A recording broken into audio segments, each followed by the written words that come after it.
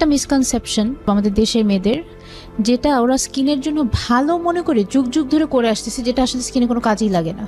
আমার একটা রুগী আছে অনেক বছর পুরাতন, উনি যা রান্না করেন সবই মুখে লাগান। হ্যাঁ, এটা একেবারে একটা মিসকনসেপশন, এবং এটা আমাদের পুরাটাই দেখবেন যে আমাদের জাতিগত সমস্যা। আমরা ছোটবেলায় মনে করতাম 40 বছরে মারা যাব, কিন্তু এখন মনে হয় এটা তো কিছুই না। যদি মানুষ অ্যাটলিস্ট 7 থেকে 8 ঘন্টা টানা রাতে ঘুমোতে পারে, তাহলে কিন্তু এজিং প্রসেসটা 50% পর্যন্ত স্লো ডাউন করে ফেলতে পারবো। চুলটা যদি আমরা একটা প্ল্যান্ট ধরি, তো স্ক্যাল্পটা তো মাটি, রাইট? সো এখানে পানি দিতে হবে, সার দিতে হবে।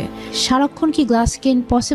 অনেকে থাকে না যে ধরেন একেবারে ক্রাশ ডায়েট করে ফেসে একদম ফ্যাট কমিয়ে ফেলেছে, তাদের থেকে আমার মনে হয় একটুখানি ফ্যাট থাকাটা জরুরি। হরমোনাল ইস্যু থেকে যে মেলাজমাটা হয়, এটা আসলে লাইফ লং থাকবে।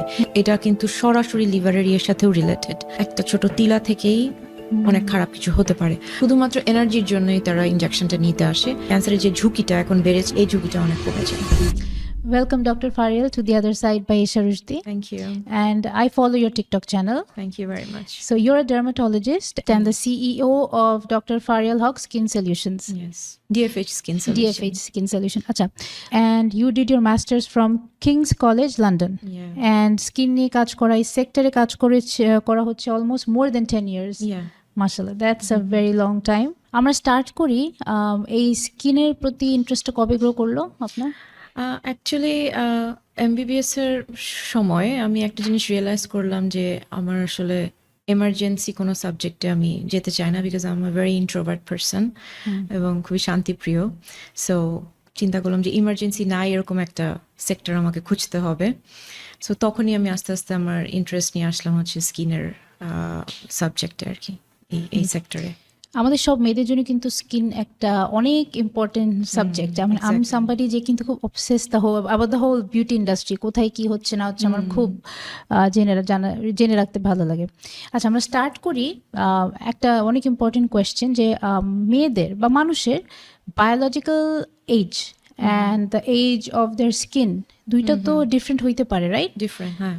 যেরকম লাইক একটা 18 বছরের একটা ইয়াং স্কিন ক্যান ফুড হ্যাবিটের কারণে, ওয়েদারের কারণে, হরমোনের কারণে ক্যান বি 40-র মতো, আবার 40-year-old কারো স্কিন হতে পারে 20। এটা একটু এক্সপ্লেইন করে দিই। এটা তো অ্যাকচুয়ালি বায়োলজিক্যাল এজ যেটা, সেটা তো হচ্ছে যে সাধারণত সে জন্মগ্রহণ থেকে, যেটা জন্মগ্রহণ করার পর থেকে যত দিন যাচ্ছে তার এজ হচ্ছে। কিন্তু এই ক্ষেত্রে দেখা যাচ্ছে যে দিনে দিনে মানুষের মানে এইজিং প্রসেসটা এগিয়ে আসছে আর কি।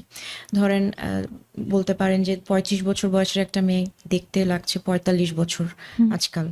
কারণ হচ্ছে যে এটার একটা তো ফুড হ্যাবিট যেটা আপনি উল্লেখ করলেন, আর এর সাথে আমাদের যে পুরা টোটাল যে লাইফস্টাইলটা আছে, যেমন ধরেন আমরা রাত জাগি, তারপরে হচ্ছে মোবাইলের যেই একটা রেডিয়েশন আছে, তারপর খাবারের যে পলিউশন, এনভায়রনমেন্টে যে পলিউশন আছে, খাবারে বিভিন্ন ধরনের কীটনাশক, বিভিন্ন ওষুধ, প্যাকেজড ফুড, ফাস্ট ফুড, এই জিনিসগুলো মিলিয়ে আসলে আমাদের যে বায়োলজিক্যাল এজটা, তার থেকে আমাদের স্কিনের এজটা বেড়ে যাচ্ছে। এটা কিন্তু এখন একটা বড় ধরনের কনসার্ন। কিভাবে স্কিন এজ রিভার্স করা যায়? স্কিনের জন্য বেস্ট প্র্যাকটিস কি কি? 3-4টা বেস্ট প্র্যাকটিস একদম বুলেট পয়েন্টে। যদি স্কিন রিভার্স মানে এজ রিভার্সের জন্য, রাইট? আচ্ছা, স্কিন এজ রিভার্স, হ্যাঁ, স্কিন এজ রিভার্সের জন্য যদি আমি বলি, ফার্স্ট অফ অল তো আমি বলবো যে sleep is the main thing. যদি কারো ঘুম, আমি এখন আমার চেম্বারে এত ছোট ছোট মানে 28-25 বছর বয়সী মেয়েদেরকে দেখি যে স্লিপিং পিল খাচ্ছে, অ্যান্টিডিপ্রেসেন্ট খাচ্ছে। আমাকে নিজেকে আমি অবাক হয়ে যাই এই জন্য। সো স্লিপ হচ্ছে মেইন থিং। যদি মানুষ ঘুমটা ঠিক মতন হয়, অ্যাটলিস্ট 7 থেকে 8 ঘন্টা টানা রাতে ঘুমোতে পারে, তাহলে কিন্তু এজিং প্রসেসটা যেটা, সেটাকে অনেকখানি বলতে পারেন 50% পর্যন্ত আমরা এটাকে স্লো ডাউন করে ফেলতে পারবো। এছাড়া তো লাইফস্টাইলের আর যেগুলো আছে, যে ডায়েট অ্যান্ড এক্সারসাইজ, আর আমাদের কিছু নতুন অ্যাস্থেটিক প্রসিডিউর আছে। তার মধ্যে আমার সব থেকে পছন্দ হচ্ছে যে পলিপেপটাইডস, তারপরে মাইক্রোটক্স আর মাইক্রোনিডলিং। এই 3টা জিনিস আমাদের এখন এজিং প্রসেসটাকে স্লো ডাউন করার জন্য খুব সুন্দর ভূমিকা রাখছে। পলিপেপটাইডসের একটু যদি প্রসিজারটা এক্সপ্লেইন করতেন। পলিপেপটাইডসটা এটা না অ্যাকচুয়ালি স্যামন ডিএনএ, এটা আসলে স্যামন ফিশের স্পার্ম থেকে নেওয়া হয়। রাইট। এবং এই ডিএনএটাই হচ্ছে যে বটল আকারে আকারে মেডিসিন আকারে আমরা নিয়ে আসি, এবং এটাই হচ্ছে স্কিনের নিচে দিয়ে দেওয়া হয় মাইক্রোনিডলিং করে, মাঝে মাঝে মেজো করেও দিয়ে দেওয়া হয়, মানে ডিরেক্ট ইনজেকশনের মাধ্যমে। এরিয়া ওয়াইজ ডিপেন্ড করে এবং প্রবলেম ওয়াইজ। এটার মেইন ইয়ে যেটা হচ্ছে যে এই যে স্যামন ডিএনএর যে পলিপেপটাইডসটা, এটা মানুষের হিউম্যান ডিএনএর সাথে অনেকটাই সামঞ্জস্য থাকে। সো দ্যাটস ওয়াই এটা যেটা হয় যে মানুষের শরীরে এসে কোনো ধরনের রিয়াকশন করছে না, কোনো ধরনের অ্যালার্জিক রিয়াকশন, র্যাশ, এই ধরনের কোনো কিছু হয় না, এবং অ্যাট দ্য সেম টাইম স্কিনের হাইড্রেশনটাকে বজিয়ে রাখে। তারপরে হচ্ছে কোলাজেন তৈরি করে, ছোট ছোট ফাইন রিঙ্কলস, পোর্স, এগুলোকে কমিয়ে আনে। সো এটা খুব সুন্দর একটা সলিউশন বলতে পারেন অ্যান্টি এজিং এর ক্ষেত্রে। এটা কতদিন থাকবে একবার করলে? একবার না, এটা আমরা পরপর 3 বার করতে বলি আমার পার্সোনাল ইয়েতে। সো পরপর 3 বার করার পরে সাধারণত 1 বছর পর্যন্ত এটা আপনাকে প্রথমবারে, তারপরে আপনি বছরে একবার করে করবেন। এভাবে 2 থেকে 3 বার করলে এটা আপনার বলতে পারেন 6 বছর 5 বছর পর্যন্ত এটা স্টে করবে। 3 বার করলে? Yeah. ওয়াও। আচ্ছা, আমাদের কিছু জিনিস ব্যাপার বাংলাদেশের মানুষরা এখনো আইডিয়া পুরোপুরি পায় নাই, বাট এখন আবার সেটা আগের থেকে অনেক পপুলার হয়েছে, স্কিন পিলিং।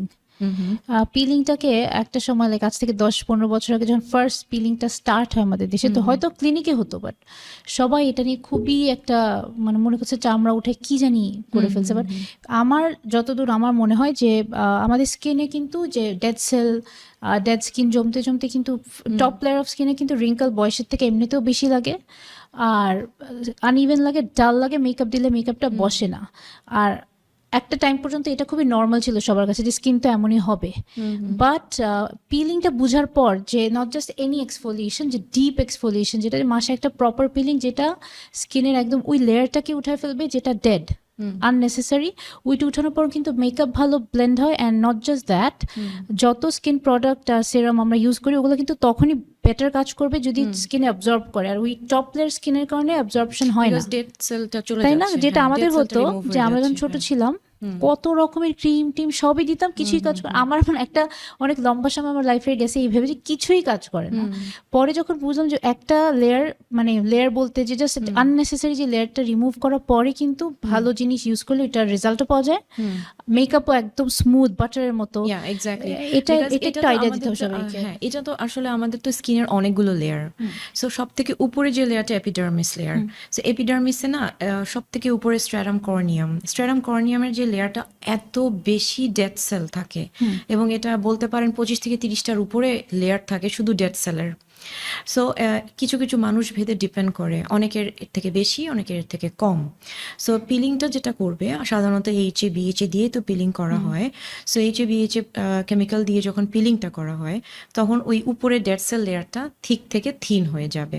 থিন হলে যেটা হবে যে কোনো ধরনের ময়শ্চারাইজার থেকে শুরু করে any skin care product, even যদি কোনো প্রবলেমেটিক স্কিন হয় যেমন মেলাজমা থাকতে পারে, অ্যাকনে থাকতে পারে, এই ধরনের বিভিন্ন ধরনের প্রবলেম যদি থাকে, সেক্ষেত্রে যে মেডিসিনগুলো ইউজ করি আমরা সেটাও ভালোভাবে পেনিট্রেট হবে এবং মেডিসিনটা ভালোভাবে কাজ করে। সো এটা good choice, chemical pin.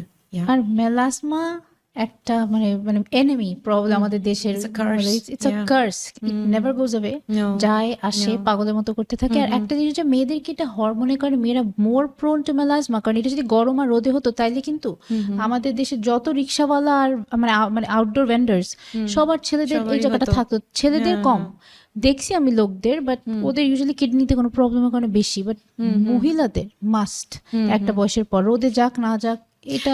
Exactly, because মহিলাদের একটা তো হচ্ছে জেনেটিক, হ্যাঁ, তো জেনেটিক্যালি হচ্ছে মায়ের দিকটা বেশি যদি পায় কেউ, সো মেয়েরা তো মায়ের দিকটা বেশি পায়, সো জেনেটিক্যালি তো এটা একটা হতে পারে। আরেকটা হচ্ছে হরমোনাল বেশিরভাগ সময় দেখা যায় যে প্রেগনেন্সিতে চলে আসে, প্রেগনেন্সিতে আসার পরে বাচ্চা ডেলিভারির পরে আর যেতে চায় না।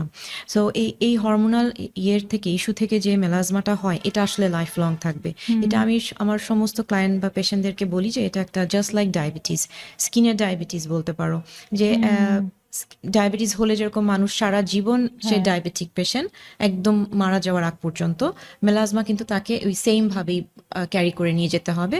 বাট এর মধ্যেও treatment, chemical pills and medicine and everything সবকিছু দিয়ে এটাকে কন্ট্রোল করে রাখা যাবে, but it never goes away. It never. এটা দেখলাম সবাই মেনেই নেয় লাস্টে, কারণ এত ট্রিটমেন্ট এত হ্যাঁ, ফলো আপ, frustrated দে হয়ে জাস্ট যায়। Get tired. হ্যাঁ।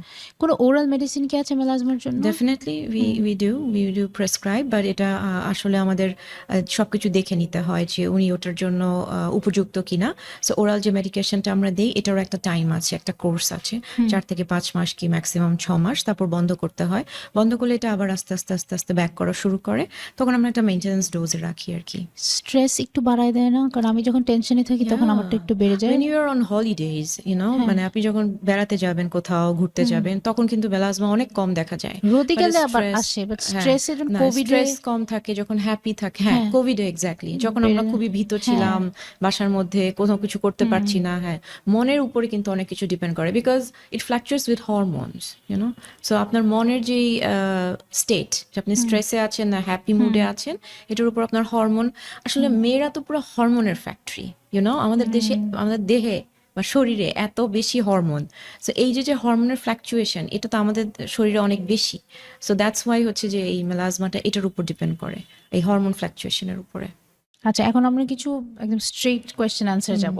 সেটা হচ্ছে যে একটা মিসকনসেপশন আমাদের কালচারে বা আমাদের দেশের মেয়েদের, যেটা ওরা স্কিনের জন্য ভালো মনে করে যুগ যুগ ধরে করে আসতেছে, যেটা আসলে স্কিনে কোনো কাজেই লাগে না। ভালো মনে করে যুগ যুগ হ্যাঁ, ধরে করে আসতেছে করে মিসকনসেপশন, বাট আসলে এটা কোনো কাজে লাগে না। সব থেকে গিয়ে তো আমি বলবো যে হোয়াইটেনিং ক্রিম। হোয়াইটেনিং ক্রিম যেটা করছে সবাই, যে ছোটবেলা থেকে টিনেজ হলেই একটু, আমাদের তো সবার একটু ফর্সা হওয়ার ইচ্ছা না, তো হোয়াইটেনিং ক্রিম মেখে কি করছে, আলটিমেটলি তো স্কিনটাকে ডিস্ট্রয় করে ফেলছে। সো ফর দ্য টাইমিং ধরেন 10 দিন 15 দিন 20 দিন একটু স্কিনটা হোয়াইট লাগে, একটু ব্রাইট লাগে, বাট আলটিমেটলি তখন আস্তে আস্তে যেটা শুরু হয়, যে ব্রন আসা শুরু হয়, মেস্তা আসা শুরু হয়, স্কিন ড্যামেজ হতে থাকে, র্যাশেস হয়। সো আমার মনে হয় এটা একটা মিসকনসেপশন যে হোয়াইটেনিং ক্রিম দিলেই ফর্সা হয়ে যাব। আচ্ছা, আরেকটা জিনিস আমরা আগের দিনে খুবই বিশ্বাস করা হতো, সেটা হচ্ছে কি ন্যাচারাল জিনিস দেওয়া, কিচেন জিনিস দিয়ে মুখে দিয়ে রাখা। এখন আবার দেখি আমরা ডক্টররা অনেক সবসময় এই জিনিসটা মানা করে, বলে যে একটা এগুলো যেরকম মানে ল্যাবে বানানোটাই বেটার। আমিও পার্সোনালি এটাই মনে করি, ল্যাবে বানানো বেটার, বাট ডাইরেক্ট কিচেনের জিনিস তখন হয়তো ওরকম অ্যাক্টিভ থাকে না ইনগ্রিডিয়েন্টস। একটা কলা নিয়ে মাখিয়ে ফেললাম বা আমি দুধ নিয়ে দিয়ে দিলাম, এটা কতখানি সত্যি কতখানি এটা মিথ্যা? আমাদের জাতিগত সমস্যা। এটা এটা হয় না, এটা আমাদের জাতিগত সমস্যা অ্যাকচুয়ালি। হ্যাঁ, এটা যে ফার্স্টে যে কোয়েশ্চেনটা করেছিলে যে কোনটা যেটা মিসকনসেপশন, যে এটাও কিন্তু একটা হতে এটা পারে, কিন্তু যেমন হোয়াইটেনিং লেবু। ক্রিমেরও আগের থেকে। হ্যাঁ, লেবু, তারপরে হচ্ছে মধু, তারপরে কারণ মধু সবাইকে স্যুট করবে না, হ্যাঁ, অ্যালোভেরা সবাইকে স্যুট করবে না, বিশেষ করে লেবুটা তো একদম, আমরা প্রায় প্রতি সপ্তাহে কোনো না কোনো পেশেন্ট আমরা পাই যে লেবু মেখে বার্ন হয়ে এসেছে। তো সাইট্রিক অ্যাসিড আছে, ডিরেক্টলি তারা স্কিনের উপরে মাখছে এবং কিছুক্ষণ পরেই হয়তো বা সূর্যের আলোতে যাচ্ছে বা চুলার কাছে যাচ্ছে, যেটাতে হচ্ছে স্কিন বার্ন হয়ে যাচ্ছে। সো এই ধরনের যে ঘরোয়া যে পদ্ধতি, এটার মধ্যে করতে পারবে কিছু কিছু জিনিস।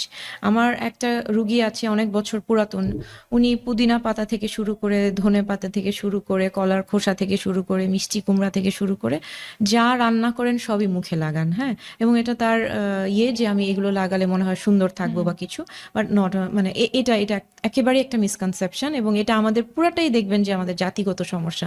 পৃথিবীর অন্য কোনো দেশে এরকম এই ধরনের, ইন্ডিয়া আমাদের সাবকন্টিনেন্ট, হ্যাঁ, এই সাবকন্টিনেন্ট এটা খুব বেশি। কারণ আমি দেখলাম যে এত কিছু আমি নিজেও দিতাম ছোটবেলায়, কিছু কোনোদিনও কাজে লাগেনি, আলু টালু শশা মশা চোখের নিচের কালিতে। But I am big fan of, বলতে গেলে চন্দনের গুঁড়া।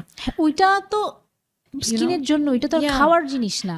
চন্দনের গুঁড়া আমাকে এটা আমি I am big fan of that, and টক দই যদি কাউকে স্যুট করে, এই দুটো জিনিস কিন্তু খুবই, টক দই সানবার্ন দূর করতে মনে হেল্প করে। হ্যাঁ, টক দইয়ের সাথে একটু মধু দিয়ে, একটু এই তিনটা জিনিস আমি বলবো যে এটা এটা it never goes wrong, because এটা I am big fan of that, because lactic acid আছে টক দইয়ে, চন্দনের গুঁড়োতে অ্যাসিড আছে, এইচে আছে, যেটাতে হচ্ছে একদম গ্লাইকোলিক অ্যাসিডের মতন আপনার পিল অফ করবে এবং ব্রাইটেনিং এ হেল্প করবে, মেলাজমাতে হেল্প করবে। সো এটা খুব ভালো একটা ইনগ্রেডিয়েন্ট যদি ন্যাচারালের মধ্যে আমরা ধরি। But melasma is very tough, stubborn, very stubborn. মানে আমি একবার একটা ডক্টরই আমাকে বলেছে যে মনে হয় স্কিনের ডিপ লেয়ারে গাছের শিকড়ের মতো শুরু হয়, ওখান থেকে গ্রো করে তারপর স্কিনে এসে বাড়ি দেয়, তখনই আমরা এটা দেখতে পারি। এটা খুবই আচ্ছা। মেয়েদের হরমোনাল চেঞ্জ এখন যেটা বয়সের সাথে সাথে হয়, যেমন আমরা আগে মনে করতাম যে একটা হচ্ছে কি teenage acne, teenage acne is not the end of it adult acne বলে একটা জিনিস আছে ওই সময় অ্যাডাল্ট অ্যাকনি কি কোনো কারণ বা এটার সলিউশন আছে কোনো? অ্যাডাল্ট অ্যাকনে না আগে এতটা ছিল না, হ্যাঁ। সো অ্যাডাল্ট অ্যাকনেটা এখন যেটা আমরা চিন্তা করছি, যেটা আমরা খুঁজে বের করেছি ডার্মাটোলজিস্টরা, সেটা হচ্ছে যে over use of products, skin care products. অনেকে যদি ওভার ইউজ করে ফেলে, ধরেন সকালে একটা ছাড়াও হয় সেরাম, অনেকে। দুপুরে সেরাম, রাতে সেরাম, হ্যাঁ, বিভিন্ন ধরনের এই যে প্রোডাক্টগুলো ইউজ করা হয়, এটা একটা কারণ। আর তো ওই যে আমি যেটা বলেছি যে এখন পলিউশন বলেন, আপনি একদম মানে মাঠের থেকে আপনার রান্নাঘর কিচেন পর্যন্ত যা যা আসছে, এই প্রতিটা সবজি, প্রতিটা খাবারের যেই পরিমাণে মেডিসিন এবং কীটনাশক আসছে, এটা সরাসরি আপনি ইনজেস্ট করছেন, শরীরের ভিতর যাচ্ছে এবং হরমোন ইমব্যালেন্স করে অ্যাডাল্ট অ্যাকনে হচ্ছে। মানে এটা এই দুটো কারণ হচ্ছে এখন মেজর ইস্যু এই অ্যাডাল্ট অ্যাকনের জন্য। হ্যাঁ, আর এটা যায়ও না, না, থাকে। যেতেও চায় না, হ্যাঁ। যেতেও চায় না। এটা বাট মেডিসিন নিয়ে ভালো আছে, পেশেন্টরা ভালোই আছে। আমি দেখছি যে অনেকে যাদের টিনেজ টাইমেও হয় নাই ওদের এখন আফটার 30-40 হচ্ছে, এটা হ্যাঁ, হচ্ছে। হচ্ছে। আচ্ছা, let's talk about botox. Okay. Botox আমাদের মানে এটা নিয়ে অনেক বাড়াবাড়ি আবার অনেক কমাকমি।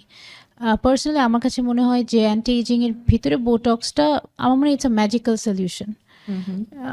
I personally think it's a magical solution. আর ফার্স্ট মানে এটা কিন্তু শুধু স্কিন রিঙ্কল কমানো ছাড়াও কিন্তু কিছু হেল্প হয়, TMJ এর ব্যথা, মাইগ্রেনের ব্যথা। মাইগ্রেনের ইফ ইউ কুড একটু যদি এটার ব্যাপারে কিছু বলতেন। আচ্ছা, বোটক্সটা আমার কাছে আমার খুব ফেভারিট একটা বিশেষ করে যারা পান সুপারি বেশি খায় আমাদের দেশে, হ্যাঁ, সো কন্টিনিউয়াসলি চিউ করছে, আর ঘুমের মধ্যে যে টিথ গ্রাইন্ডিং ইয়া, সো তখন যেটা হয় যে আমাদের লোয়ার ফেসটা ব্রড হয়ে যায় এবং ফেসের স্ট্রাকচারটা অনেক বড় হয়ে যায়।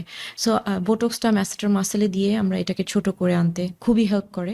ভি ফেস আমি বলবো না, I am not a big fan of V face, but lower ফেসটা যদি একটুখানি ছোট থাকে আপার ফেসের থেকে, এই প্রপোর্শন যে গোল্ডেন রেশিওটা আমরা মেনটেন করি, সো ওই ক্ষেত্রে বোটক্সটা খুব সুন্দর কাজ করে। রিঙ্কলস তো আছেই, এটা সবাই জানে যে কপাল কুচকালে চোখের চারিপাশের রিঙ্কলস, যেটা FDA অ্যাপ্রুভড আপার ফেসে বোটক্সটা করা। এছাড়াও বিভিন্ন ধরনের ধরেন আমি নোজ একটু শেপ করব, হ্যাঁ, সো আমি ফিলার দিতে চাচ্ছি না, বা it's very risky on the nose when you do the filler, so তখন সেক্ষেত্রে বোটক্সটা খুব সুন্দর কাজ করে। নাকের দুপাশে আমরা বোটক্স দিয়ে একটু উঁচু করতে পারি, টিপ অফ দ্য নোজ, হ্যাঁ, নাকটাকে একটু ছোট রাখতে পারে, সরু রাখতে পারে, এরকম ক্ষেত্রে। তারপরে আমি বলবো যে মাইক্রোটক্সটা আমার খুবই ফেভারিট। মাইক্রোটক্সটা নিয়ে আমি বলতে গেলে বাংলাদেশে প্রথম কাজ করছি, আমাদের সেন্টারে এটা করা হয়। এটা হলো বোটক্সটাকে অনেক ডাইলুটেড ভার্সনে ফুল ফেসে আমরা দিয়ে দিই। এটাতে এত সুন্দর ইফেক্ট আসে, বিশেষ করে একদম বেবি স্কিন, বেবি গ্লো যেটাকে বলে, ওইটা চলে আসে কয়েকটা সেশনেই, 2 থেকে 3টা সেশনেই পোর্স চলে যাবে, গ্লো আসবে স্কিনে, কোলাজেন তৈরি হবে। আর যাদের সব থেকে ইন্টারেস্টিং হচ্ছে যাদের পিম্পল কন্টিনিউয়াসলি উঠছে, থামছে না, হ্যাঁ, তাদের ক্ষেত্রে মাইক্রোটক্স করলে যেটা হয়, মাইক্রোটক্স তো মাসেলকে রিল্যাক্স করবে, তো রিল্যাক্স করলে যেটা হবে সেবেসিয়াস গ্ল্যান্ড বা তৈল গ্রন্থিটা রিল্যাক্স থাকে, ফলে ওটার হাইপার অ্যাক্টিভিটি কম হলে মুখের অয়েলটা কমে এসে ব্রনটাকে থামিয়ে দেয়। ফেশিয়াল মুভমেন্ট সব নর্মাল থাকবে, নর্মাল থাকবে একেবারে, because this is very diluted version. So এখানে ফেশিয়াল মুভমেন্টের সাথে কোনো টান টান হবে। আগেইন এটা অবশ্যই এক্সপার্ট হ্যান্ডে করতে হবে, অবশ্যই। মানে এখানে ডেফিনেটলি এখানে অ্যাক্সিডেন্ট হওয়ার চান্সেস থাকে, সো এক্সপার্ট হ্যান্ডে করবেন। অ্যাক্সিডেন্টটা কিরকম সাইড এফেক্ট হতে পারে? যদি কেউ না জেনে, কারণ মেডিকেল পার্সন ছাড়া যদি কেউ করতে যায়, সে তো জানে না কোন মাসেল কোথায় কত ডিপ লেভেলে আছে এবং কোন মাসেল আমি দিতে পারবো, কোনটাতে পারবো না, কতটুকু ডেপথে আমি যাব। সো এগুলো অবশ্যই একজন এক্সপার্ট ডার্মাটোলজিস্টের কাছে করতে হবে, যে অহরহ করছে এটা। আচ্ছা, what is aging gracefully to you? এখন এমন কেউ যদি গ্রেসফুলি এজ করতে চায়, কোনো ট্রিটমেন্ট করতে না চায়, ক্রিম ইউজ করো, যে কিছু করবে না সে কিছুই করবে না, সো ওই মানুষগুলোকে কি 3টা হ্যাবিট ইউ সাজেস্ট যেন aging gracefully, and what exactly is aging gracefully to you? Actually, aging gracefully is like it's going with the flow, you know. এবং যে 3টা জিনিস আসলে করলে এজ গ্রেসফুলি হবে, first of all the mindset. মানে প্রথমেই মেনে নিতে হবে যে আমার বয়স হবে, সো পজিটিভ মাইন্ডসেটটা খুবই দরকার। এবং পজিটিভিটি যদি ইনসাইড থাকে, সেটা অবশ্যই বাইরের দিকে রিফ্লেক্ট করবে যে কোনো বয়সে। সো এটা একটা পজিটিভ মাইন্ডসেট। সেকেন্ড, আমি সবসময় বলি লাইফস্টাইলের ক্ষেত্রে আমি যেটা বলি সব থেকে ইম্পর্ট্যান্ট ঘুম। আমি খাবার দাবারের থেকেও আমি ঘুমের ইম্পর্টেন্সটা বেশি দিব। আর থার্ড নাম্বার আমি যদি বলি যে একদমই বেসিক স্কিন কেয়ারগুলো, যেটার মধ্যে আমি সানস্ক্রিনকে সব থেকে প্রথমে রাখবো, বিকজ সানস্ক্রিনটা হচ্ছে একেবারে মানে এইজিংয়ের ইয়েটাকে স্লো করার জন্য নাম্বার 1 আমাদের ইনগ্রেডিয়েন্ট। সো এই তিনটাই। হ্যাঁ, সানস্ক্রিনই এই যে এত বছর ধরে যে এত কিছু না মেখে আমাদের মুরব্বীরা সানস্ক্রিনই মাখতো, তাহলে স্কিন অনেক ভালো অনেক থাকতো। ভালো কারণ থাকতো, আমাদের এখনকার দিনের 40-year-old আর আগেরকার দিনে 40-year-old কিন্তু আকাশ পাতাল ডিফারেন্স। আমরা ছোটবেলায় মনে করতাম 40 বছরে মারা যাব, কিন্তু এখন মনে হয় এটা তো কিছুই না, কিছুই তাই না। না? আগের দিনে না, আমাদের আমি যে জাস্ট বিকজ অফ সানস্ক্রিন। আমরা যে খালা ফুপুদেরকে মনে করতাম আল্লাহ কত বুড়া, তখন রিয়েলাইজ করি শি ওয়াজ জাস্ট 35 বাট কিছুই না, তাই না? আচ্ছা, what is the deal with sugar and wrinkle? কারণ সুগার কিন্তু দেখলাম যে সেলিব্রিটিরা সুগার খাই না, মানে একবার আমি দেখছি সোনাম কাপুর মানে এতটুকু কেক খাইছিল যে সুগার খাবে না। আর সুগার আমরা মনে করি একদিন খেলে কি হবে, আজকে খাই বা মাসে একবার খাই, বাট ওরা এত এক্সারসাইজ করার পরে ওরা সুগার খাই না। এটা স্কিনের জন্য মেইনলি। তো কি করে সুগার স্কিনকে? Actually, sugar, I'm a big fan of sugar. I'm sorry to say, because as a doctor I shouldn't say that, হ্যাঁ। but আমি কোনোভাবেই আমার রুটিন থেকে বের করতে পারছি না। আমি ট্রাই করি, বাট এটা কিছুটা দরকারও হয় কিন্তু, হ্যাঁ, আসলে দরকার হয় না? বিকজ ধরো একটা ডায়াবেটিক পেশেন্টের কি থাকে, ব্লাডে সুগার অনেক বেশি থাকে, তাই না? আমরা যদি ব্লাড সুগার বেশি তাই তো বলি, কিন্তু সুগারটা যখন ব্লাডে বেশি থাকে ডায়াবেটিক পেশেন্টের কিন্তু স্কিনে আসতে পারে না সুগারটা। এই জন্য বেশিরভাগ ডায়াবেটিক যারা, তাদের কিন্তু স্কিন অনেক ড্রাই থাকে। হ্যাঁ, সো স্কিনের ময়েশ্চার ধরে রাখার জন্য, যেটা একদম ফার্স্ট এবং ফরমোস্ট একটা জিনিস স্কিনের ময়েশ্চারের জন্য, সেটা হচ্ছে যে আপনার স্কিন ময়েশ্চার থাকতে হবে। এর ফলে আপনার স্কিন গ্লো করবে, রিঙ্কল ফ্রি থাকবে, ডিজিজ ফ্রি থাকবে।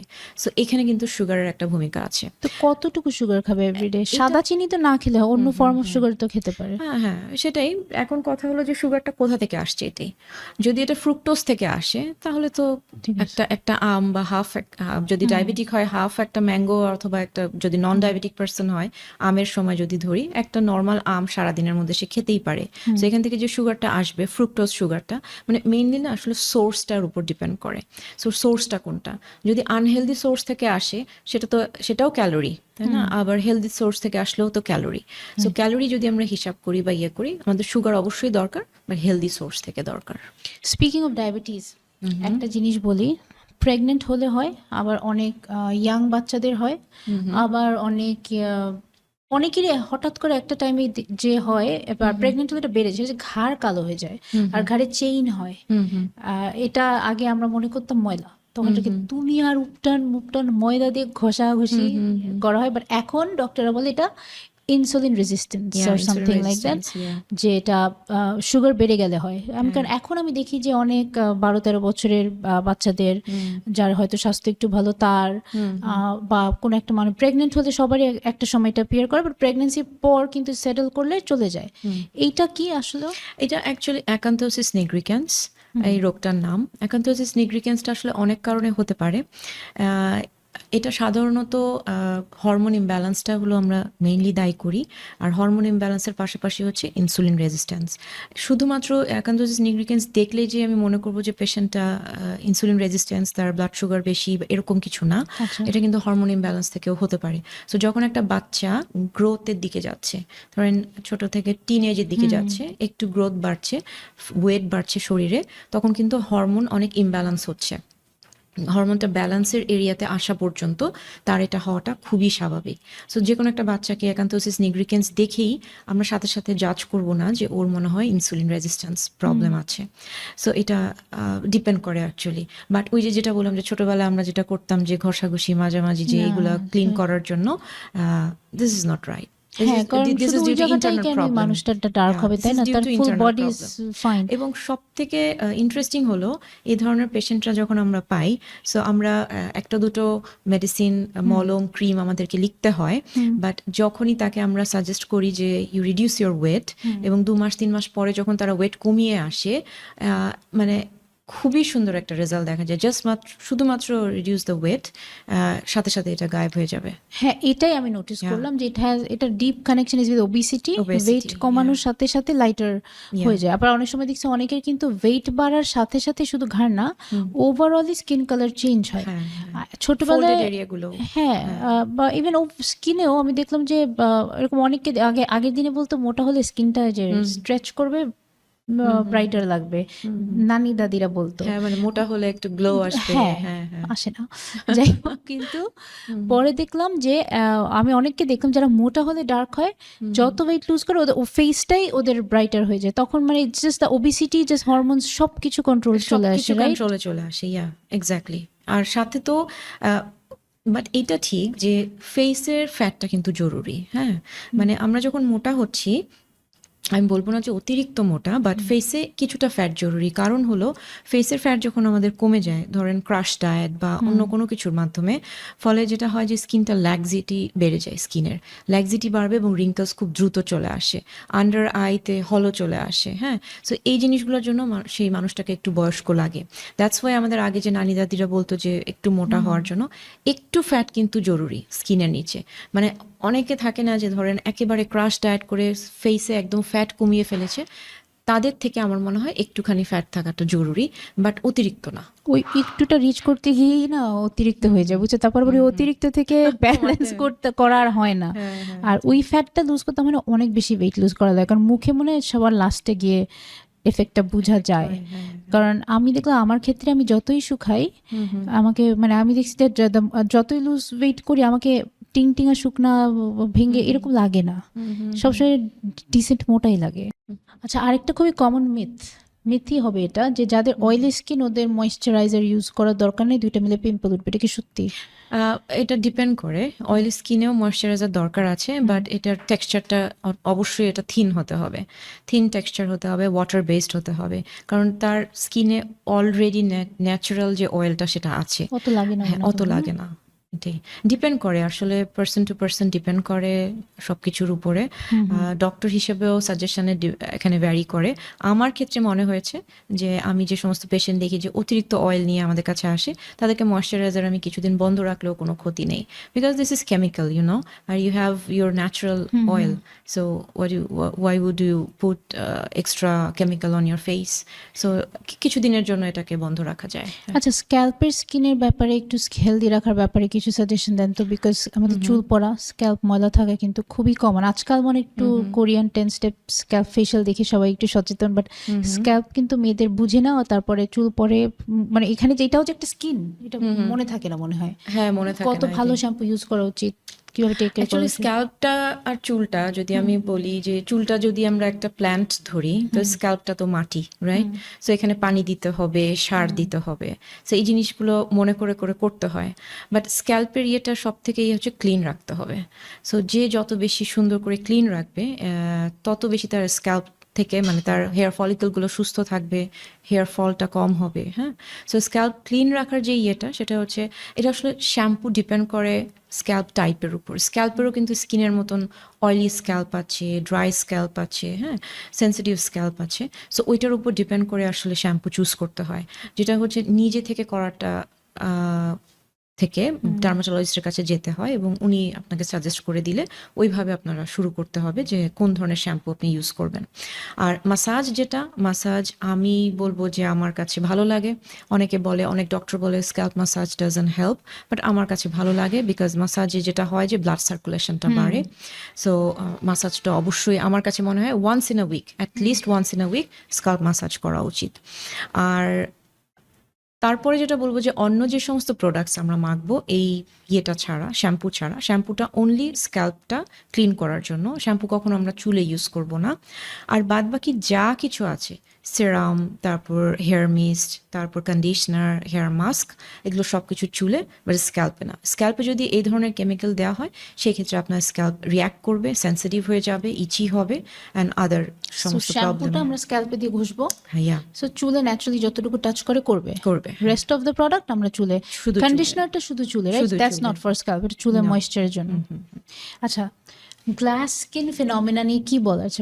এখন তো গ্লাস স্কিন মানে সবাই গ্লাস স্কিন অ্যাচিভ করার জন্য কোরিয়ানদেরকে দেখে, আমি যেটা পার্সোনালি দেখলাম, আমি নিজেও একটু গ্লাস স্কিন করে পাগল হয়েছে। পরে দেখলাম যে গ্লাস স্কিন থাকে তখনই যখন কোনো একটা ক্রিম বা সেরাম দেওয়ার পর একটু চকচক করে, কিন্তু তারপরে যে ওভারনাইট কোলাজেন মাস্ক আমি মনে 5টা দিলাম 5 দিন, সকালে যখন উঠাই তখনও একটু চকচক করে, Glow করে, বাট but it doesn't যখন আমি stay. মুখটা ধুয়ে ফেলি Yeah. এটা আমার মনে হচ্ছে সায়েন্টিফিক্যালি ইম্পসিবল যে স্কিন সারাক্ষণ চকচক করবে। অ্যান্ড অলসো যারাই কোরিয়ান মেয়েরা দেখায় কিছু একটা দাওয়া থাকে লাইটের সামনে, নর্মালি সারাক্ষণ কি glass skin possible? And also এটা আমার মনে হচ্ছে এটা একটা ইয়ের পিছে দৌড়ানোর মতন একটা ব্যাপার, কারণ একটু যদি টেক্সচার থাকে, আমরা যদি গ্লাস স্কিন, কোরিয়ানদের জিন্স ডিফারেন্ট, Yeah. সো এটা নিয়ে মানুষের একটু কি বোঝা দরকার, এটা না যেন আসলে পাগল হয়ে এটা- যাবে সবাই গ্লাস হ্যাঁ, স্কিনের মানে এটাই আমি বোঝাতে পারি না, বিকজ জেনেটিক্সকে তো আমরা ডিনাই করতে পারবো না, ইউনো। আমার যে জিন, আমি যেই বাবা মা থেকে এসেছি, সো আমার এই জেনেটিক্স তো আমি ডিনাই করে আমি কোরিয়ানদের মতন হয়ে যেতে পারবো না। আমাদের এই সাবকন্টিনেন্টে আমাদের চেহারা, আমাদের গায়ের রং, আমাদের স্কিন, এগুলো তো আমি ডিনাই করতে পারবো না। সো জেনেটিক্সকে ফার্স্ট অফ অল তো এটা আমি ডিনাই করতে পারবো না। কারণ এটার উপরে যদি আমি উঠতে চাই, সেই ক্ষেত্রে আপনাকে প্রোডাক্ট মাত্র 2 থেকে 5% হেল্প করবে। Any skin care product, all are just business. এখন যেটা আপনাকে টেম্পোরারি, ইউনো, আর তারপরে যদি আপনি, হ্যাঁ, গ্লাস স্কিন হবে না, বাট এটার মতন বা এটার কাছাকাছি আপনি যদি যেতে চান, সেক্ষেত্রে আপনাকে অ্যাডভান্স ট্রিটমেন্টে আসতে হবে। অ্যাডভান্স ট্রিটমেন্টের মধ্যে কেমিক্যাল পিলস আছে, microneedling, I am a big fan of microneedling. Microneedling natural ওয়েতে আপনার কোলাজেন তৈরি করতে থাকে, এইজিং প্রসেসকে স্লো করে, স্কিন গ্লো করে। আর সব থেকে যেটা আমার স্কিনে সব থেকে, আমার ক্লিনিকে সব থেকে পপুলার যেটা মাইক্রোটক্স, যেটা আমি একটু আগে আলোচনা করলাম, সো মাইক্রোটক্সটাও খুব ভালো কাজ করে। আর নতুন যেটা পলিনিউক্লিওটাইডস যেটা এসেছে, স্যামন ডিএনএ, এটাও খুব ভালো হেল্প করে।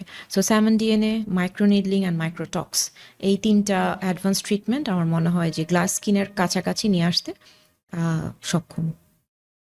আর এগুলো তো ধরেন একটু এক্সটেন্সিভ বা একটু ইনজেক্টেবল, বাট যে আমার পার্লারে যেটা সব থেকে বেশি ক্রেজ, সেটা হচ্ছে গিয়ে হাইড্রাফেশিয়াল, আর আরেকটা হচ্ছে গিয়ে মাইক্রোডার্মাব্রেশন। যে ড্রাই ফর্মে আমি মাইক্রোডার্মাব্রেশন লাইফে ফার্স্ট টাইম করে got amazed with, that is when I first knew যে ডেড সেল চলে গেলে স্কিন কত সফট আর ক্লিন হয়।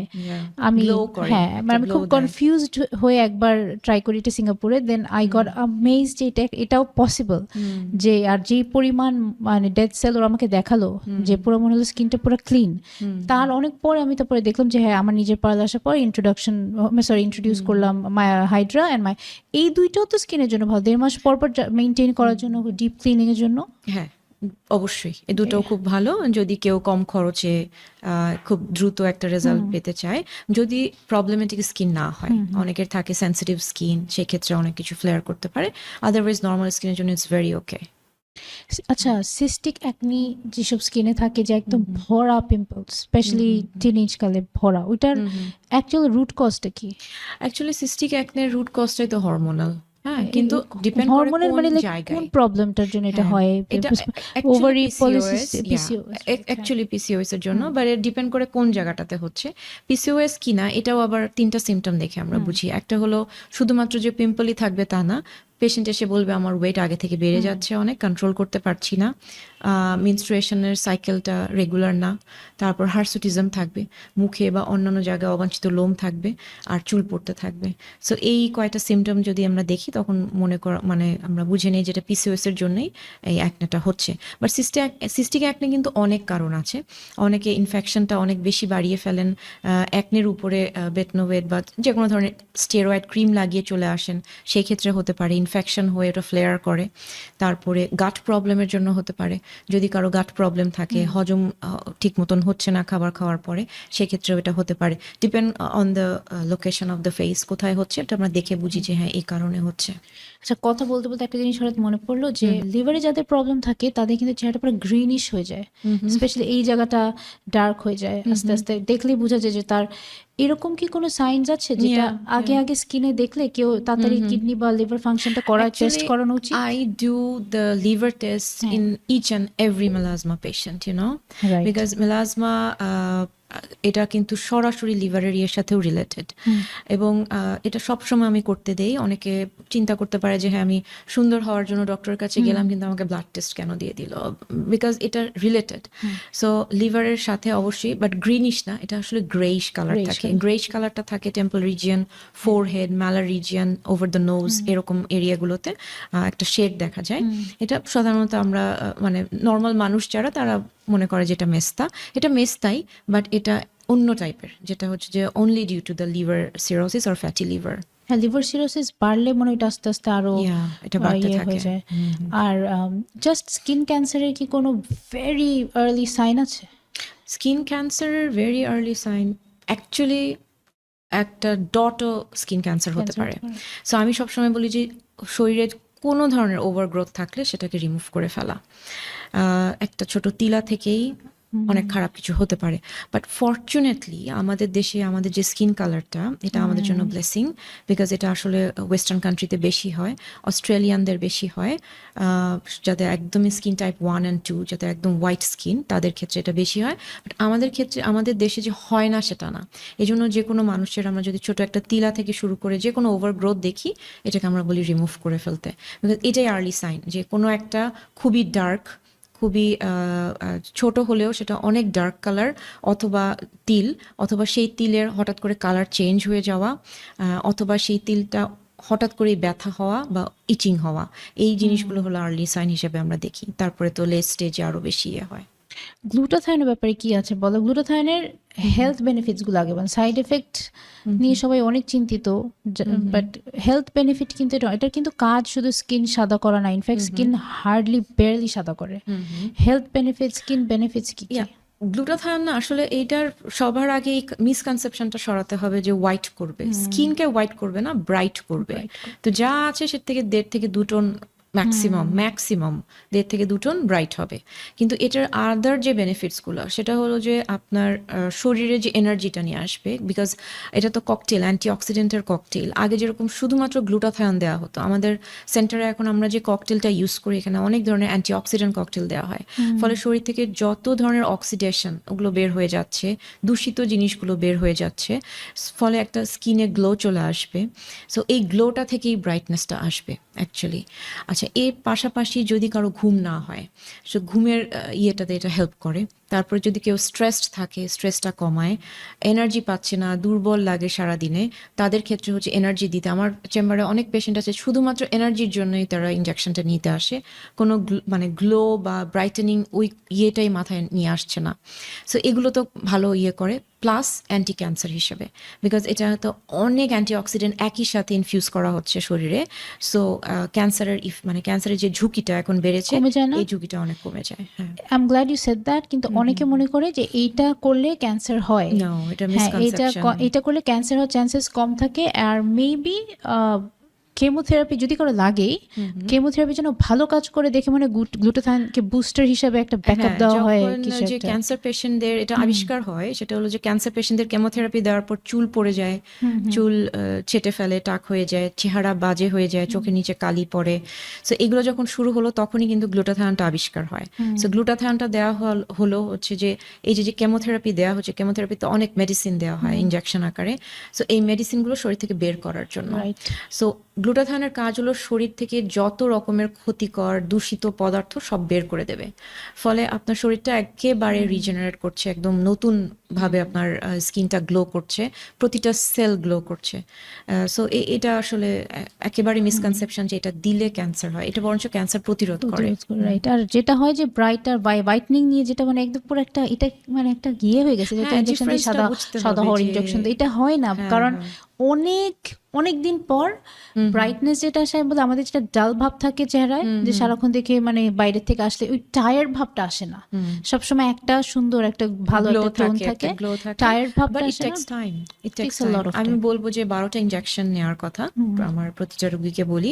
সো 12টা ইনজেকশনের পরে ইফেক্টটাকে ডিজার্ভ করা, মানে এক্সপেক্ট করা আর কি। তো এর আগে এক্সপেকটেশনটা আসলে আমার মনে আনা হয় উচিত এটাকে না। একটা মানে হয় না যে যারা চায় হেলদি গ্লোয়িং স্কিন সবসময় রাখতে, একটা মোটামুটি মেইনটেনেন্সের মধ্যে Maintenance, থাকতে সবসময়। কারণ আসলে তো বডি দিয়ে সব চলে গেলে আবার you go back to Yeah, but time to time, হ্যাঁ, লিভার কিডনি এগুলো আমরা দেখবো যে কোনো ধরনের অক্সিডেন্ট ভিটামিন আমি নিচ্ছি শরীরে, তো অবশ্যই আমার লিভার কিডনি ঠিক আছে কিনা টাইম টু টাইম আমি দেখে নেব। এই যে কাজল টাজল নায়িকারা সব যে ড্রাস্টিক ভাবে স্কিন চেঞ্জ হয়, ওরা গ্লুটাথায়নের একটা এক্সট্রিম ডোজ নেয় না? এটা তো একটা আছেই, প্লাস এডিটিং, ক্যামেরা চেঞ্জ, এগুলো তো আছে। ডক্টর কাজল এটা নিয়ে না আমি খুবই গবেষণা করি। আমার মনে হয় না এটা এডিটিং হবে, কারণ আগের স্কিন আর এখন, কারণ একই সিনে আরেকজনের থেকে মানে ওর যে চেঞ্জটা, বাট বিউটিফুল কালার এখন যেটা ওর হয়েছে, এখন যে যেটা হয়েছে, আর আগে যেটা ছিল, আর ও মানুষটাও মনে বদলে গেছে। আগে না চুল টুল আছড়াতো না মুভিতে, কিন্তু ওদেরটাও তো ইন্ডিয়াতে তো এটা হেভিলি প্র্যাকটিস, তো ওটাও তো মনে হয় হ্যাঁ ডেফিনেটলি, এটা তো heavily অবশ্যই practiced হ্যাঁ, কিন্তু এটা যে- উনি মেনটেন করছে, হ্যাঁ। এটা যদি খোঁজ নেওয়া যায় Doctor, দেখা যাবে হ্যাঁ। যেটা উনি মেনটেন কারণ আমার করছে। মনে হয় যে কারণ গ্লুটাথায়ন আমাদের ছাড়া আর কি আছে যে ফুল বডি ভিতর Yeah, থেকে আর গ্লো কিছুই করবে? নাই, আর কিছুই নাই, বাট গ্লুটাথায়নের সাথে এখন আরো অনেক কিছু অ্যান্টিঅক্সিডেন্ট অ্যাড হয়েছে। তো যেটা বলছিলাম যে আমাদের যেটা হয় যে আমরা আমাদের ধৈর্য বা পেশেন্সটা নাই। হ্যাঁ, পেশেন্ট আমাদের কাছে আসছে, এসে বলছে যে আমার গ্লুটাথায়ন নিতে হবে, তো সামনে আমার হাতে সময় আছে হয়তো বা 3 মাস, আমাকে এর মধ্যে ফর্সা হয়ে যেতে হবে, তারপরে হয়তো বা বিয়ে আছে বা ছেলে দেখতে আসবে বা হোয়াট এভার। সো তারপরে যেটা করছে যে ওই পর্যন্ত, এরপরে ছেড়ে দিচ্ছে, মেনটেনটা আর করছে না। সো মেনটেনের এই ব্যাপারটা কিন্তু মাথায় রাখতে হবে। হ্যাঁ। তো এটা এটা কস্ট ইফেক্টিভ। আমাদের বিউটি ইন্ডাস্ট্রি কিন্তু এখন মানে অন্য লেভেলে চলে গেছে, স্পেশালি কোরিয়ান বিউটি ইন্ডাস্ট্রি কিন্তু পুরো নেক্সট লেভেল। মানে বাচ্চা বাচ্চা মেয়েরা সবাই they know so much about skin and they know well, ভালোই জানে আর স্কিন টেক কেয়ার করাও জানে। একটু কয়েকটা যে সিরামের ব্যাপারে যদি আইডিয়া ক্লিয়ার করা, যেমন ভিটামিন সি অনেকের দিলে পিম্পল উঠে, হাইলোরনিক অ্যাসিড অনেকের দিলে পিম্পল উঠে, মানে এইসব অ্যাসিডের নাম কিন্তু আমরা জানতামও না, এখন এখন পুরো ডক্টরদের মধ্যে সবাই বলে বলে ইউজ করে। দেন নাইসিনামাইড আমার কাছে মনে হয় এটা একটু ওভাররেটেড। একটার সাথে আরেকটা মিক্স করে বুঝে একটা প্যাটার্নে দিলে আই থিঙ্ক ইট ওয়ার্কস। হ্যাঁ, কারণ ভিটামিন সি যেটা হচ্ছে যে ভিটামিন সি পার্সেন্টেজটা ঠিক রাখছে না মানুষ। সো সব কোম্পানি, কোরিয়ান প্রোডাক্ট ভালো ডেফিনেটলি, বাট সব কোম্পানি যে ভালো সেটাও কিন্তু না। সো পার্সেন্টেজটা যদি 5 থেকে 10-এর মধ্যে হয় ঠিক আছে, 10 থেকে যখনই এক্সিড করে যাচ্ছে ভিটামিন সি পার্সেন্টেজ, তখন এটা অনেক হার্শ স্কিনের জন্য। সো ভিটামিন সি যখনই দেবে সাথে সেন্টেলা, সেন্টেলা যুক্ত, এখন সবাই জানে সেন্টেলাটা একটা ভালো ময়শ্চারাইজিং একটা এজেন্ট। সো এটার সাথে যদি সেন্টেলা দিয়ে স্যান্ডউইচ মেথডে যদি সে ইউজ করে, মানে প্রথমে ভিটামিন সি এবং তার উপর সেন্টেলা, এবং যতবার সে ভিটামিন সি মাখবে সাথে সেন্টেলাকে সে রাখবে, তাহলে যদি হয় তখন দেখা যায় যে এই ব্রেকআউটটা হয় না। ব্রেকআউটটা কিন্তু এখানে মেইনলি হচ্ছে কিন্তু স্কিন সেন্সিটিভ হয়েছে ড্রাইনেসের জন্য, বিকজ ভিটামিন সি স্করবিক অ্যাসিড, এবং স্করবিক অ্যাসিড ড্রাই করবেই স্কিনকে, এবং ড্রাইনেস থেকেই যেটা হয় যে ফ্র্যাজাইল হয়ে যায় আপার লেয়ারটা, ফ্র্যাজাইল হয়ে গেলে যে কোনো ব্যাকটেরিয়া ঢুকতে পারে, ওখান থেকে পিম্পলটা হয়। সো সাথে যদি আমি ময়শ্চারাইজার বিশেষ করে সেন্টেলা ইউজ করি, সেক্ষেত্রে দেখা যায় যে এই ইয়েটা প্রোটেক্টেড থাকে। সেন্টেলা এক্স্যাক্টলি কি? সেন্টেলাটা একটা ইনগ্রেডিয়েন্ট, যেটা হলো একটা মানে একদম লিফ থেকে তৈরি করা হয়, যে এটা হলো সাধারণত ময়শ্চারাইজারের জন্য এখন সব থেকে মডার্ন মানে স্কিনটাকে ময়শ্চার রাখার জন্য, এবং এটা অনেকক্ষণ পর্যন্ত স্কিনকে ময়শ্চার ধরে রাখতে পারে, যেটা এখন খুবই মডার্ন এবং খুবই চলছে এই ইয়েতে। আচ্ছা, অ্যান্ড যদি একটু হাইলোরনিক অ্যাসিড, নাইসিনামাইড এগুলোর ব্যাপারে যদি একটু আইডিয়া দিতে, কিভাবে ইউজ করা উচিত? নিয়াসিনামাইড তো যেটা বলা হলো যে এটা তো ওভাররেটেড সাধারণত। আমি বলতে পারি আমার কিছু বুঝি নাই দিয়ে, বিকজ নিয়াসিনামাইডটা না, এটা অ্যাকচুয়ালি যেটা করবে যে স্কিনের হাইড্রেশনটাকে মেনটেন করে, তারপরে দাগটাকে কমিয়ে রাখে। হ্যাঁ, কিন্তু এটা একেবারে একা যদি ইউজ করা হয়, শুধুমাত্র নিয়াসিনামাইড ইউজ করা হচ্ছে, তাহলে কিন্তু এটা মানে বলতে গেলে 50% কাজ করে। সেটাকে অবশ্যই রেটিনলের সাথে ইনকর্পোরেট করে অ্যাড করে এটাকে করতে হবে। তার মানে যে এই না যে রেটিনল আর নিয়াসিনামাইড একসাথে মিক্স করে, সেটা না। নিয়াসিনামাইড সিরাম যারা মাখেন তাদেরকে সপ্তাহে 2 থেকে 3 বার রেটিনল সিরামটা যদি মাখেন, তাহলে নিয়াসিনামাইডের 100% ইফেক্টটা চলে আসবে। এটা একটা তো হাইলোনিক অ্যাসিড যেটা, এটা আসলে সবার জন্য না, সব বয়সের জন্য না, অ্যাকচুয়ালি সবার জন্য। এটাতেও পিম্পল হচ্ছে। হ্যাঁ, সো বিকজ হাইলোনিক অ্যাসিড তো আমাদের শরীর, আমাদের স্কিন নিজে কিন্তু তৈরি করে। হ্যাঁ, সো এটা যেহেতু ন্যাচারাল একটা প্রোডাক্ট, এটা আমাদের বয়সের সাথে সাথে এটার প্রোডাকশন কমতে থাকে স্কিনে, তখনই শুধুমাত্র হাইলোনিক অ্যাসিড আমরা অ্যাড করতে পারবো, অথবা যদি কারো অনেক ড্রাই স্কিন থাকে। কিন্তু আজকাল আমি দেখছি যে টিনেজ মেয়েরাও হাইলোনিক অ্যাসিড ইউজ করছে। সো এটা যেটা হবে যে এটা ময়েশ্চার তো আমাদের স্কিনে ন্যাচারালি আছে, সো এটা আরো এসে আরো বেশি ময়েশ্চার তৈরি করছে, ফলে যেটা হবে যে সেবামটা বের হওয়ার চান্সেস থাকে না, সো পোরস বেড়ে যাবে, পিম্পলের সমস্যা বেড়ে যাবে। সো এই হাইলোনিক অ্যাসিডটা আসলে সব বয়সের জন্য না, সব স্কিনের জন্য না। আচ্ছা, থ্যাংক ইউ। আচ্ছা, এখন কিছু স্কিনের ব্যাপারে ফ্যাক্ট আর মিথ আমি বলবো কনসেপ্টটা, you will say whether it's a fact or myth. Okay. আচ্ছা, এক্সপেন্সিভ ক্রিম ইউজ করলে স্কিন আরো বেটার রেজাল্ট দিবে, তাড়াতাড়ি স্কিন ভালো হয়ে যাবে। মিথ। বোটক্স করলে পুরো মুখ ফ্রোজেন হয়ে যাবে, এক্সপ্রেশন চলে যাবে, শক্ত হয়ে যাবে চেহারা। মিথ, কারণ এটা এক্সপার্ট হ্যান্ডে করতে হবে এবং প্রপার ডোজ, এক একটা ফেসে এক এক রকম। মেলাজমা শুধু মেয়েদের হয়, ছেলেদের হয় না? মিথ, ছেলে মেয়ে দুজনেরই হয়।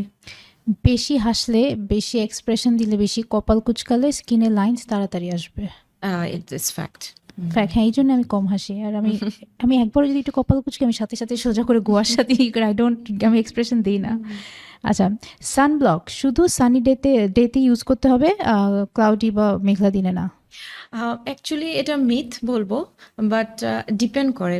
আসলেই তো মেঘলা দিনে সানলাইট তো অবশ্যই কম থাকে, বাট সানস্ক্রিন অবশ্যই আমাদেরকে দিনে ইউজ করা উচিত। ইউভি এটা রেটও তো myth। কমই থাকে হ্যাঁ, ইন্ডেক্সটা। হ্যাঁ। আচ্ছা, এইজিং আসলে ডিলে করা যায় বা স্লো করা যায় যদি কেউ অনেক আর্লি এজ থেকে রেটিনল কম কনসেন্ট্রেটেড বা ভালো অ্যান্টি রিঙ্কেল ক্রিম ইউজ করে, তাহলে অ্যাকচুয়ালি মানুষটা ক্যান রিভার্স করতে পারে ageing. This is fact, but with lifestyle, যেটা আমি বলেছি, diet, food and sleep pattern. Natural home remedy chemical প্রোডাক্টের থেকে অনেক ভালো। দোকান থেকে জিনিস কিনে ইউজ করার দরকার নেই, হার্বাল জিনিস বাসায় বানায় বানায় মুখে দেওয়া বেটার। মিথ। এটা জানি, আমার মনে হয়। আচ্ছা, ফেস ওয়াশ দিয়ে যদি 3 বেলা বা বেশি বেশি মুখ ধোয়া হয় তাহলে পিম্পল কম হবে, স্কিন ক্লিন থাকবে? No, myth. বিকজ অনেক বেশি দিলে যেটা হবে, স্কিন সেন্সিটিভ হবে, স্কিনের ব্যারিয়ার নষ্ট হয়ে পিম্পল আরো বাড়বে। চকলেট খেলে পিম্পল হয়, এটা গ্যারান্টিড? গ্যারান্টিড ঠিক না, চকলেট খেলে পিম্পল বাড়তে পারে, ফ্যাক্ট, বাট এটা গ্যারান্টিড না, মানে যে চকলেট খেলেই যে পিম্পল বাড়বে এটা না, but this is fact. But I have seen- sugar আছে। হ্যাঁ, সুগারের জন্য এটা হয়। সুগার, মিল্ক, ডেয়ারি প্রোডাক্ট দুইটা একসাথে হয়। সুগার, হ্যাঁ, আমি ব্যাক টু ব্যাক কয়েকদিন আমি আইসক্রিম খেলে তারপর দেখি আমার। পিম্পল চলে আসবে। আচ্ছা, অ্যাট দি এন্ড জাস্ট একটু লিপ কেয়ারের ব্যাপারে যদি দু একটা টিপস দিতেন। লিপ কেয়ারের ব্যাপারে আসলে অ্যাকচুয়ালি স্ক্রাবটা আমরা করি না, যেটা আমার কাছে মনে হয় যে খুবই জরুরি। সো স্ক্রাবটা তো কেমিক্যাল স্ক্রাবও করতে পারি, ফিজিক্যালও করতে পারি। কেমিক্যাল স্ক্রাব আমাদের চেম্বারে যেটা অহরহ হয়, যে কেমিক্যাল পিল করা হয়, সো এটা যে ওয়ান্স ইন আ মান্থও যদি কেউ করে, যেটা হয় যে উপরে ডেড সেল লেয়ারটা চলে যায়, ফলে লিপটা ময়েশ্চার থাকে। আর যেটা হলো ফিজিক্যাল স্ক্রাব যে কোনোভাবে কফি দিয়ে করা যায়, যে কোনো ফিজিক্যাল স্ক্রাব কেমিক্যাল ক্রিম দিয়ে করা যায়। তো স্ক্রাবটা মেইন ইয়ে, আর হচ্ছে ময়শ্চারাইজিং। সো এই দুটোর মাধ্যমে আসলে লিপ কেয়ারটা খুবই জরুরি। ময়শ্চারাইজিং এর মধ্যে সাধারণত অনেকের কোয়েশ্চেন থাকে যে কি দিয়ে করব। ভেজলিন সাধারণত আমার ফেভারিট, বাট অনেকে বলে যে ভেজলিন দিলে ঠোঁট কালো হয়ে যায়। সো এই ক্ষেত্রে অনেক ইয়ে আছে, লিপ বাম আছে, মেডিকেটেড লিপ বাম আছে, যেখানে এসপিএফ যুক্ত থাকে। ফলে আমরা সাধারণত কি করি যে সানস্ক্রিন মাখার সময় লিপটাকে বাদ দিয়ে কিন্তু করি, বাট আমি বলবো যে অবশ্যই সানস্ক্রিনটা লিপ সহ করতে। সো স্ক্রাব, যে কোনো কেমিক্যাল আর ফিজিক্যাল, ময়েশ্চার আর হচ্ছে সানস্ক্রিন, এই তিনটা দিয়ে আসলে মোটামুটি একটা লিপ কেয়ার করে ফেলা যায়। আচ্ছা, লাস্ট কোয়েশ্চেন, ক্যাস্টর অয়েল কতখানি হেল্পফুল? যদি আমি এটা আমার আইল্যাশে দিই, আইব্রাউজে দিই, তাহলে একটু কি হেল্প হয়? Yeah, it's very হয়, helpful. right? Yeah, because it works like minoxidil, মানে যদি কেউ minoxidil ইউজ করতে না চায় চোখের আইল্যাশে বা আইব্রোতে, সেই ক্ষেত্রে ক্যাস্টরলটা কিন্তু মিনক্সিলের কাছাকাছি পর্যন্ত ইফেক্টটা দেয়। হ্যাঁ, আমি ক্যাস্টর অয়েল চোখের ল্যাশেজে অনেক দেই। আমি পুরো ম্যাসকারা দেওয়ার সময় ডিফারেন্সটা বুঝি যে বেড়ে গেছে অনেক। আচ্ছা, লাস্ট তারপরও জেনেটিক্স, এভরিথিং জেনেটিক্স, তার উপর আমরা যেটা দিই ওটাকে আমরা এনহ্যান্স করি। আচ্ছা, জাস্ট যেহেতু just mention minoxidil which is like the gold standard of hair growth, and আজকাল যেটা হচ্ছে সেটা মিনক্সিডিল দেখলাম যে কিছু মিনক্সিডিল শুধু ছেলেরা ইউজ করতে পারে, কিছু মেয়েরা। বটলে লেখা থাকে if your a women don't use it. তাহলে এটা একটু যদি ক্লিয়ার করে দিই যে কোনটা মেয়েরা ইউজ করতে পারবে। এটা হলো সাধারণত 2% মেয়েদের জন্য, আর মিনক্সিডিল 5% ছেলেদের জন্য। বাট আমাদের যখন এক্সটেন্সিভ প্রবলেম নিয়ে মেয়েরা আসে, তখন আমরা 5%ও দিয়ে ট্রিটমেন্ট করে থাকি। সো আজকাল, আগে এটাকে ইয়ে করা হতো যে মেয়েরা শুধুমাত্রই 2% ইউজ করবে, ছেলেরা 5%, বাট আজকাল এটা মানে এটাকে ওভারকাম করে ফেলা হয়েছে। এখন 5%ও মেয়েরা দিতে পারবে যদি এক্সটেন্সিভ হেয়ার ফল থাকে। কিন্তু কি হয় যদি একটা মেয়েদের, এটা তো আসলে মিনক্সিডিলটা তো শরীরে অ্যাবজর্ব হচ্ছে, হ্যাঁ। সো অ্যাবজর্ব হয়ে যেটা হবে যে ওই যে অ্যাগেইন মেয়েদের হরমোনাল ইস্যুস থাকে। সো মেয়েরা তো আমি যেটা বলেছি যে হরমোনের ফ্যাক্টরি আমরা। সো যখনই মিনক্সিডিল শরীরের ভিতরে যাচ্ছে, সো আমাদের যে মেইলি হরমোনগুলো আছে, ইস্ট্রোজেন, প্রজেস্টেরন আর এভরিথিং, এটার সাথে ও হচ্ছে ইন্টারাপ্ট করতে থাকে।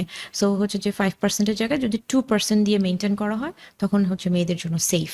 আর ছেলেদের ক্ষেত্রে হচ্ছে যেহেতু ইস্ট্রোজেন, প্রজেস্টেরন আর আদার হরমোনসগুলো থাকে না, এবং ছেলেদের ক্ষেত্রে টেস্টোস্টেরনের পরিমাণটা অনেক বেশি থাকে শরীরে, ছেলেদের যে হরমোনটা। সো এই ছেলেদের চুল পড়ার যে কারণটা, সেটা কিন্তু মেইনলি এই টেস্টোস্টেরনটা থেকে ডিহাইড্রো টেস্টোস্টেরনে কনভার্ট হয়ে তারপর চুলটা পড়ে। সো মিনক্সিডিলের এই 5% ইউজ করার কারণটা হলো এই ডিহাইড্রো টেস্টোস্টেরনে কনভার্ট হতে পারে না। সো এইটাকেই এইভাবে রোধ করা হয়। যেহেতু মেয়েদের শরীরে টেস্টোস্টেরনের পরিমাণটা কম, এই জন্য 2%-এ কাজ করে যায়। আর ছেলেদের শরীরে যেহেতু টেস্টোস্টেরন বেশি, এটাকে থামানোর জন্য 5% মিনক্সিডিল লাগে। Good. আচ্ছা লাস্ট বলছিলাম ওইটা লাস্ট, বাট এটা লাস্ট কোয়েশ্চেন, সেটা হচ্ছে যে ডিটক্স ড্রিঙ্ক ভিটামিন সি দিয়ে যেটা রেটিনল, ওরাল রেটিনল বলে, দেন দ্য গ্রিন জুস, বিটরুট, এগুলো যদি কেউ রেগুলার এভরিডে খায় শরীরের জন্য ভালো না? I don't prefer regularly. তাই না? বিকজ এটা রেগুলার যে কোনো কিছুই, কোনো হার্বস, কোনো কিছুই আসলে রেগুলার খাওয়া উচিত না। যেমন আমি প্রতিদিন একটা আনার জুস খেতাম, তো যখন আমি প্রতিদিন এভরিডে খেতাম, অনেক বছর 10-15 বছর প্রতিদিন সকালে আমি যাই খাচ্ছি একটা আনার জুস থাকতো, সো যেটা হয়েছে যে আমার পিম্পল প্রবলেম শুরু হয়ে গিয়েছিল। বিকজ আনার কিন্তু একটা অ্যান্টিঅক্সিডেন্ট আমরা জানি, রাইট? কিন্তু যে কোনো জিনিস যদি এভরিডে খাওয়া হয় তো সেখান থেকে একটা প্রবলেম গ্রো করতেই পারে। সো এই জন্য আমি বলবো যে twice or thrice a week এবং চেঞ্জ করে চেঞ্জ করে গ্রিন কোনোদিন হ্যাঁ। বিট। Thank you so much for your time doctor, আজকে অনেক কিছু শিখলাম। মাইক্রোটক্সটা যারা করতে চায় স্কিনের জন্য, আমি তাদেরকে এখানে বলে দিলাম, they can all go to doctor DFH skin solution. এটার অ্যাড্রেসটা একটু বলে দেন কোথায়? এটা বনানী 11-তে, বনানী 11 পিৎজা হাটের বিল্ডিং, পিৎজা হাটের বিল্ডিংটাতে। আচ্ছা।